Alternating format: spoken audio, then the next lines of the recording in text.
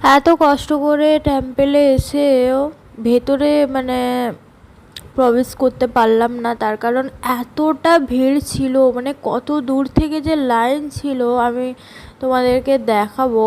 মানে অনেক দূর থেকে লাইন ছিল। আর এত সময় যদি দাঁড়িয়ে থাকি তো না জানি মানে 10টা 12টা বেজে যাবে হয়তো, এত সময় তো থাকাটা সম্ভবই না। তো সেই জন্য বাইরে থেকেই একটুখানি দর্শন করে নিয়েছি।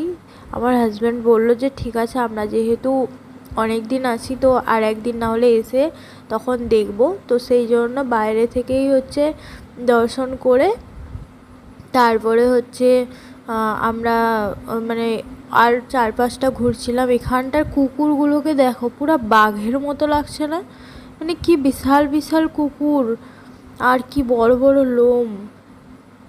বাপরে, আর কিছুই বলছে না, মানে গায়ে হাত দিচ্ছে, ফটো তুলছে, কিছুই বলছে না। আর তারপরে ওখানটাই একটা হচ্ছে মানে